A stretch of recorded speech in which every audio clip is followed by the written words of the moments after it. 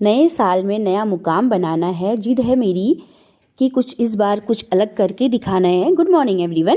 आज मेरी दिन की शुरुआत सुबह 4:10 पर हुई है। उठने के बाद थोड़ा सा ब्रश व्रश करके फिर उसके बाद पानी वानी पी के मैं पढ़ने के लिए बैठ गई हूँ। लगभग 4:18 हुए हैं और अब मैं पढ़ने के लिए बैठ गई हूँ। दिन में हमारे पास बहुत सारे काम होते हैं, कभी कुछ घर का काम, बाहर का काम, तो इस वजह से बहुत सारे डिस्ट्रैक्शन हो जाते हैं। तो सोचा कि सुबह का समय थोड़ा सा अपने लिए पढ़ने के लिए निकाल लें, क्योंकि हमें सामाजिक अपनी जो जिम्मेदारियां हैं वो भी निभानी होती हैं। तो सुबह का समय थोड़ा सा शांत रहता है, तो सुबह के समय थोड़ा सा अपने लिए मैंने पढ़ने के लिए निकाल लिया। उसके बाद जब थोड़ा 1-2 घंटे पढ़ने के बाद थोड़ी सी आलस आने लगा, ठंड भी बहुत ज़्यादा है, तो फिर मैंने थोड़ी सी चाय अपने लिए बना ली। तो सोचा चाय बनाकर थोड़ी सी माइंड जो है वो थोड़ा सा फ्रेश फील होगा और उसके बाद से दोबारा से मैं अच्छी ढंग से अपनी पढ़ाई पर कंसंट्रेट कर पाऊँगी। सुबह के समय घर पर थोड़ी शांति भी रहती है, तो इस वजह से हम अच्छी ढंग से पढ़ाई कर पाते हैं। हालांकि ठंड बहुत ज़्यादा है तो आलस बहुत ज़्यादा आता है, इस वक्त उठने की इच्छा नहीं होती है, लेकिन हमें कुछ पाने के लिए कुछ तो हमें त्यागना होगा। तो हमें अपनी इस आलस्य को, इस नींद को छोड़ना होगा थोड़ी सी। और हालांकि ठंड ज़्यादा है तो इसलिए बिस्तर पर बैठ के पढ़ना होता है। तो अपना अच्छी ढंग से ओढ़ के बैठ के मैं अपना पढ़ने पर जुड़ जाती हूँ। उसके बाद अब लगभग 8 बज चुका है, तो अब मैं थोड़ा सा न्यूज़पेपर पढ़ूंगी, क्योंकि फिर उसके बाद ब्रेकफास्ट वगैरह ये सब भी तैयारी हमें करनी होती है।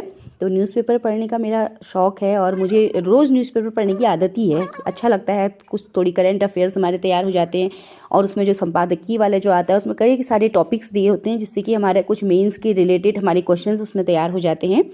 और ब्रेकफास्ट करने के बाद मैं फिर से थोड़ी सी पढ़ाई करने के लिए अपनी बैठ गई हूँ। दिन के 11 बजे लगभग, और उसके बाद में पढ़ने के लिए अपना बैठ गई। जब भी मुझे समय मिलता है घर के कामों से, जैसे जल्दी जल्दी अपने घर के काम कई बार हमारी लाइफ में ऐसी विपरीत परिस्थितियां आती हैं कि हमने जो सोच के चलते हैं माइंड में वैसा हो नहीं पाता है, तो फिर हमें उससे ज़्यादा परेशान होने की ज़रूरत नहीं है। हालांकि थोड़ी बहुत डिस्ट्रैक्शन हो जाती है, लेकिन ज़्यादा परेशान होने की ज़रूरत नहीं है। हमें हमेशा अपने लक्ष्य की ओर ध्यान करके रखना चाहिए और अपने को अगर हर परिस्थिति में कुछ ना कुछ पॉजिटिविटी हमें मिल सकती है। हो सकता है कि एग्जाम थोड़ा आगे हो गया तो हमें इस वजह से थोड़ा सा और समय मिल जाए, अच्छी ढंग से जो पॉइंट हमारे छूट गए हैं या जो टॉपिक हमारे कम हमें याद हैं तो उनको हम अच्छी ढंग से दोबारा से पढ़ सकते हैं। तो हम इस समय को जो है एक पॉजिटिव वे में लेंगे तो हम अच्छी ढंग से पढ़ पाएंगे।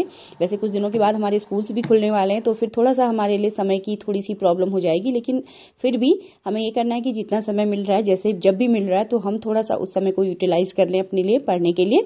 तो इस तरीके से घर के काम करते हुए दिन में बच्चों के लिए खाना बनाया करके शाम को फिर से मैं दोबारा से अपने पढ़ने के लिए दोबारा से बैठ गई। शाम के समय बच्चे भी पढ़ते रहते हैं और उनके साथ में फिर मैं भी बैठ जाती हूँ। एक पॉजिटिव फैक्ट ये है कि बच्चे भी पढ़ते हैं साथ में, उनके साथ अपना भी बैठ जाओ, तो बच्चों को भी लगता है कि हाँ मम्मी भी बैठी है, तो हम भी उनके साथ साथ में पढ़ते रहते हैं।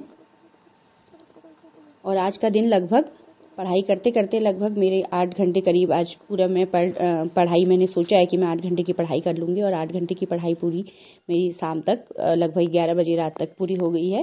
और दिन भर के काम की थकान और दिन भर पढ़ने के बावजूद तो थोड़ा थकान हो जाती है। तो अब रात भी हो गई है, तो अब सोने के लिए जाना चाहिए, क्योंकि मॉर्निंग में फिर उठना है। तो good night, thanks for watching and subscribe my channel.